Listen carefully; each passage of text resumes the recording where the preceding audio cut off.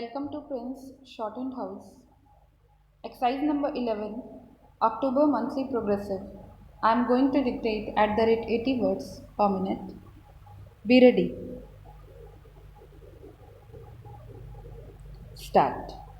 The main purpose of the United Nations is to build up a world without war, a world based on the cooperation of nations and peoples. It is merely a world where war is kept in check by a balancing of armed forces. It is much deeper than that. It is a world from which the major causes of war have been removed and social structures built up, which further peaceful cooperation within a nation as well as between nations. In the preamble of the Constitution of the UNESCO, it is stated that war begins in the minds of men. That is essentially true, and ultimately, it is necessary to bring about the change in our minds and to remove fears and apprehensions, hatreds, and suspicion. Disarmament is a part of this process, for it will create an atmosphere of cooperation. But it is only a step towards our objective, a part of the larger efforts to rid the world of war and the causes of war.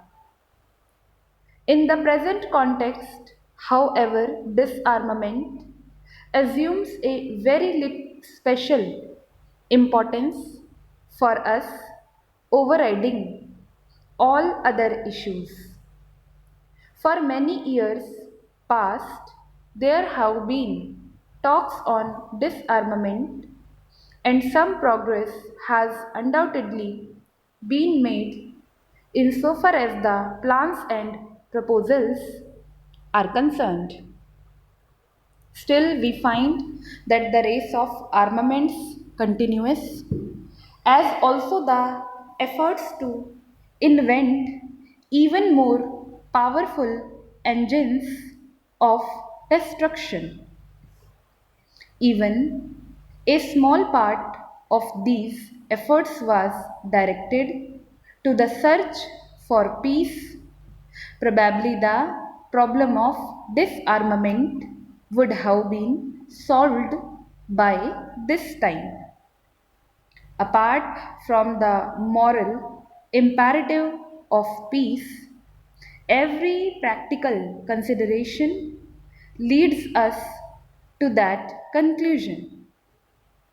For, as everyone knows, the choice today in this nuclear age is one of utter annihilation and destruction of civilization or of some way to have peaceful coexistence between nations.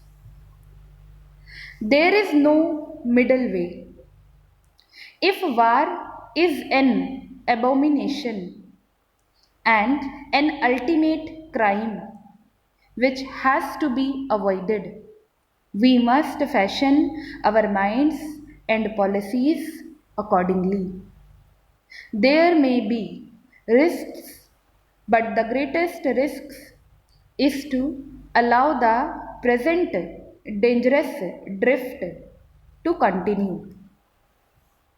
In order to achieve peace, we have to develop a climate of peace and tolerance and to avoid speech and action which tend to increase fear and hatred. And at the present, it may not be possible to reach full disarmament in one step, though every step would be conditioned to that end.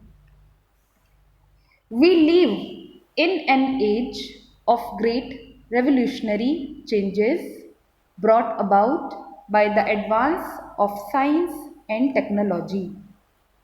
Therein lies the hope for the world and also the danger of sudden death. Because of these advances, the time we have for controlling the forces of destruction is strictly limited. If within the next 3 or 4 years effective disarmament is not agreed to and implemented, then all the goodwill in the world will not be able to stop the drift to certain disaster. In the context of things as they are today, the great nations, the United States of America, and the Soviet Union hold the key to war and peace.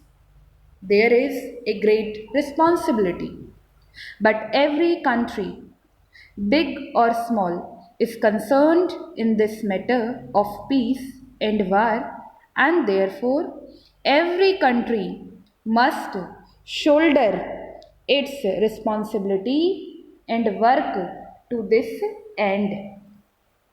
In order to deal with these bit issues effectively, we have to take big and impersonal views.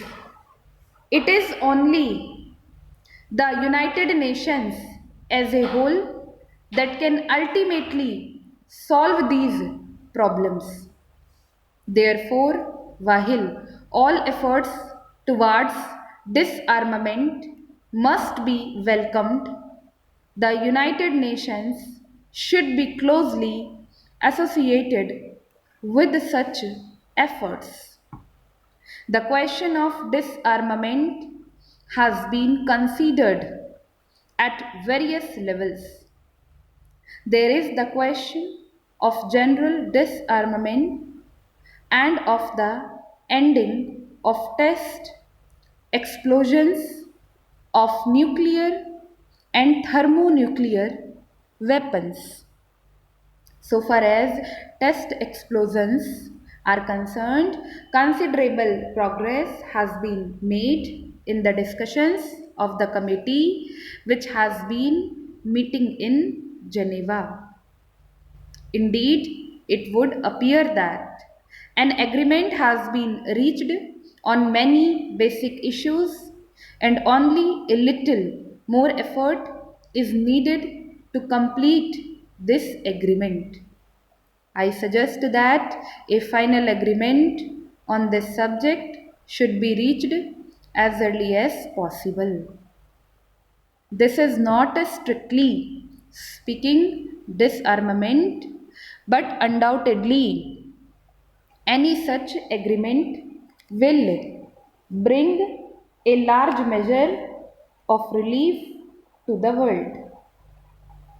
Disarmament must include the prohibition of the manufacture, storage, and use of weapons of mass destruction, as well as the progressive limitation of conventional weapons.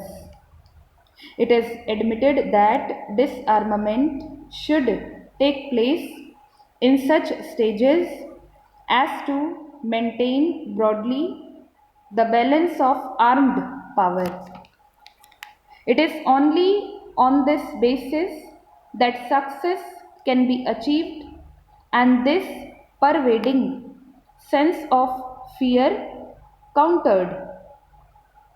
It must also be clearly understood that this armament and a machinery for control must go together, and neither of these can be taken up singly. And now a proposal has been made that the question of disarmament should be referred to a committee of experts. In fact, experts have been considering this matter during the past years, and we have had the advantage of their views. Stop.